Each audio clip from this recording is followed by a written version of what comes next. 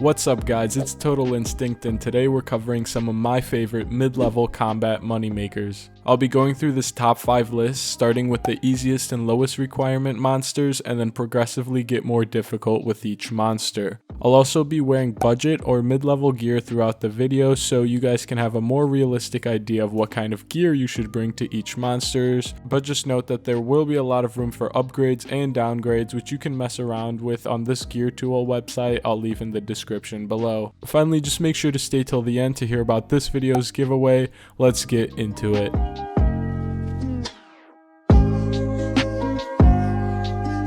Alright, so first we'll be killing Spidines. The only requirement is the Tower of Life quest completed, but I'd also highly recommend 40+ in combat stats and the Ardoin Easy Diary done for the Monastery teleport. Alright, so in terms of your gear and inventory, pretty much just bring the best stuff you got. I'm doing full rune and then bring the best weapon you have also. A defender is great. If you have one, you can definitely downgrade. You can get a fire cape too, but an Ardoin cloak is fine. And then if you want a berserker ring, but honestly ring of dueling might be easiest for teleporting to a bank. But yeah, other than that, a setup like this would honestly be pretty fine here. For the inventory, you want super strength, super attack potions, and then just 13 spider eggs and raw sardines. So getting there, we're just going to teleport to the monastery. And basically, you're going to want to run to this dungeon. You can also use a fairy ring if you have it unlocked. But yeah, we're going to make our way to the Tower of Life dungeon. So once you go down the trapdoor, just run south and put a sardine and spider egg into the machine, or just click on the machine. The Spidine will spawn for you to kill. If you are really low defense, you might want to use protect from melee here or bring a little food. Anyways, they drop 3 to 6 noted spider eggs every time you kill one and are pretty quick to kill. In general though, you can expect about 150 to 200 kills an hour, which profits you between 250 and 350k right now, on top of some decent combat XP. Overall, a really solid method for the low requirements. So the next monster we're killing is green dragons in the wilderness, and the only requirement is an anti-fire shield, but 50 or higher combat stats and 43 or higher prayer is really a must. Now there are a couple of locations to find green dragons in. I've just marked the 3 best spots in my opinion, so I would recommend one of these. But my personal favorite spot is in the bottom left because it's in like level 12 to 4 wild. Anyways, let's get into the gear. In terms of your gear and inventory, it's going to be pretty standard.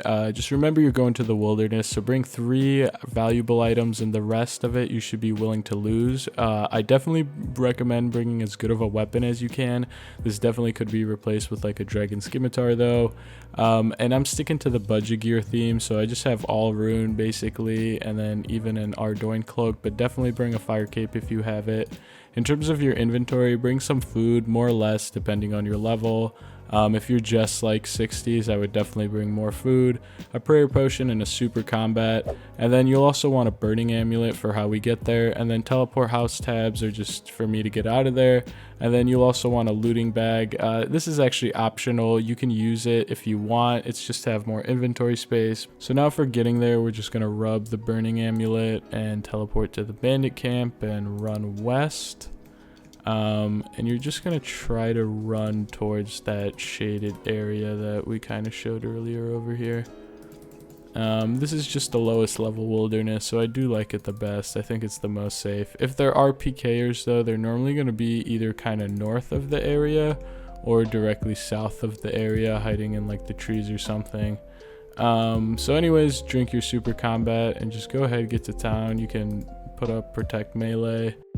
So obviously the G per hour here is going to heavily depend on your combat stats, the type of gear you bring, and if you run into any PKers, so it's hard to give a concrete answer on how much you'll make. However, with the stats I recommended and similar gear, you should be in the range of 250 to 300k an hour, but theoretically you can make over 400k an hour with top gear and high stats.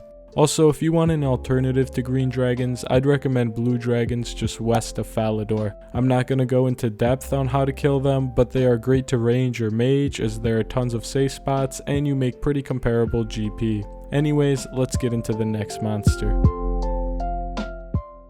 Okay, next we'll be killing Ents. You can kill these in the Woodcutting Guild or the Wilderness, but first we'll focus on the Woodcutting Guild. So you'll need 75% Hasidious favor and 60 plus woodcutting to enter the Woodcutting Guild dungeon. However, I'd highly recommend 75 plus woodcutting so you can get magic logs from killing the Ents, and 50 plus in range or 60 plus in melee so you can get somewhat efficient kills here. Alright, so in terms of gear and inventory, we got a relatively cheap setup. I have a Zamorak coif, black d'hide body and chaps, snakeskin boots, a glory, rune gloves or whatever the best gloves you have. I'm bringing an archer's ring, definitely optional though, doesn't have to be imbued. Ava's assembler could be the accumulator, amethyst arrows, and a magic short bow. You could bring a blowpipe if you can afford it, and obviously make any other gear upgrades that you can. Other than that, just ranging potions, whatever axe you have, bring the best one you can. And then food, you may need more or less depending on your level. And then you'll also want a skills necklace to get to the Woodcutting Guild. I'm just going to be using teleport tabs. But yeah, that's all you're going to need. You just run through the gate and you're going to want to go to this dungeon over here. When you get to the cave, just note that there's a shrine right outside that can regen all of your prayer. So if you use Protect from melee to fight the Ents, just use the shrine instead of bringing any prayer potions. Also, if you're ranging, there are tons of safe spots like this one right when you walk in, so you don't even really need to use Protect from melee. Anyways, with high woodcutting and range, you can expect to make up to 300k GP an hour here, but more realistically, you're going to be between 150k to 250k GP an hour with the base stats and gear I mentioned. Now, as I mentioned before, you can also kill Ents in the wild and make more money doing it this way because you get 2 noted logs per chop instead of 1, effectively doubling your GP per hour. Obviously, you can die out here though, so bring only gear you are willing to lose, and make sure to have your player attack option set to hidden so that you don't accidentally skull on someone and lose all your stuff. Now, there are 2 spots you can kill Ents at in the wild, but I'd recommend going to the more right side area since it's lower wilderness level and there's just less PKers there overall. To get there, just use a burning amulet, teleport to the Chaos Temple, and run southeast to the area. In general, you can expect to make double of what you make at the guild, so 600k an hour with high stats and between 300 and 500k an hour with base stats. Overall, a solid GP method, and you get some combat XP, but let's move on to the next one. So next up we have Aviansies, or simply bird persons if you will. The requirements to get to these bird persons is the Troll Stronghold quest completed and either 60 strength or 60 agility, and then 70 range is highly recommended so you can use the blowpipe here. Other than that, you'll want 1 piece of every god clothing equipped so monsters aren't aggressive towards you when you go into the dungeon. You can pick any items off the wiki, but I'm personally bringing a Zamorak coif, armadillo d'hide top, Ceradomin bracers, and a war blessing for my bando slot. Now, in terms of the rest of your gear, I'm sticking to the budget theme, so I got myself a glory, Ava's assembler, but you could do the accumulator. I got black d'hide pants, snakeskin boots, archer's ring, which is kind of expensive, and a toxic blowpipe, which is also kind of expensive, but you could easily substitute this for like a crossbow or something. And then for the inventory, we got food, we got prayer pots, we got ranging potions, and a super restore. You also want a mithril grapple, a rope if you've never been there, and any kind of crossbow. And then I also brought some runes. I brought nature, fire, and law runes. This is for high alchemy and Trollheim teleport, so definitely recommended to bring those just so you can make longer trips. Now, in terms of actually getting there, we're just going to go ahead and teleport to Trollheim. You're going to end up here. You can run down these rocks, actually. Run down these rocks kind of towards the north, and then run over here towards this path. You want to go kind of in here through this little crack. So let's go ahead and just run over there. Also, as you're running through here, make sure you protect from range. These guys are going to try to throw rocks at you, and you could definitely take a lot of damage, so don't do that. Anyways, now we can either move the boulder or we could crawl through the little crack if you have 60 agility. I'm just going to move the boulder though since it's easier. And we are through. Now, since it is snowy here, which I'm assuming it's going to be for most of you, you are going to get your stats drained. So this is kind of where the super restore comes in handy. But you're just going to want to climb down the hole. If you've never been here, you are going to have to use your rope on the hole. But since I have, it's pretty just simple. I just kind of click on it. And then once you're here, since we're wearing the god armor, we're going to be totally fine and nothing can attack us. We're going to want to come south, I guess. Yeah, we're going to want to come south to this grapple pillar thing. And this is why you need 70 range. If you don't have 70 range, you can't get across here. But basically, equip your crossbow and your mithril grapple, and then just click on the grapple icon thing.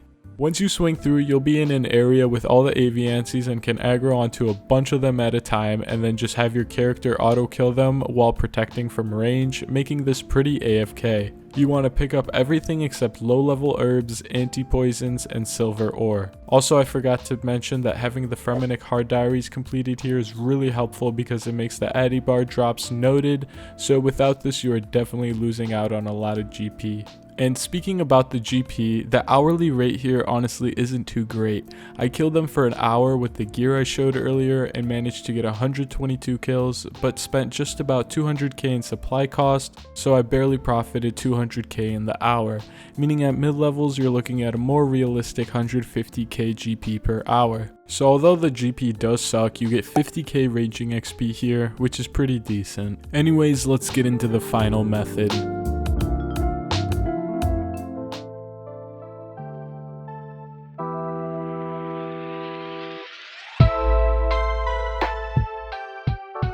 Okay, so last up we have the Barrow brothers, which I guess is more of a boss than a monster, but I just really wanted to include them on the list because it's a great combat method that I think all mid-level accounts should strive to get to, as it's pretty fun and has relatively low requirements, being the Priest and Peril quest. However, 50 plus in magic and range and at least 43 prayer is highly recommended here.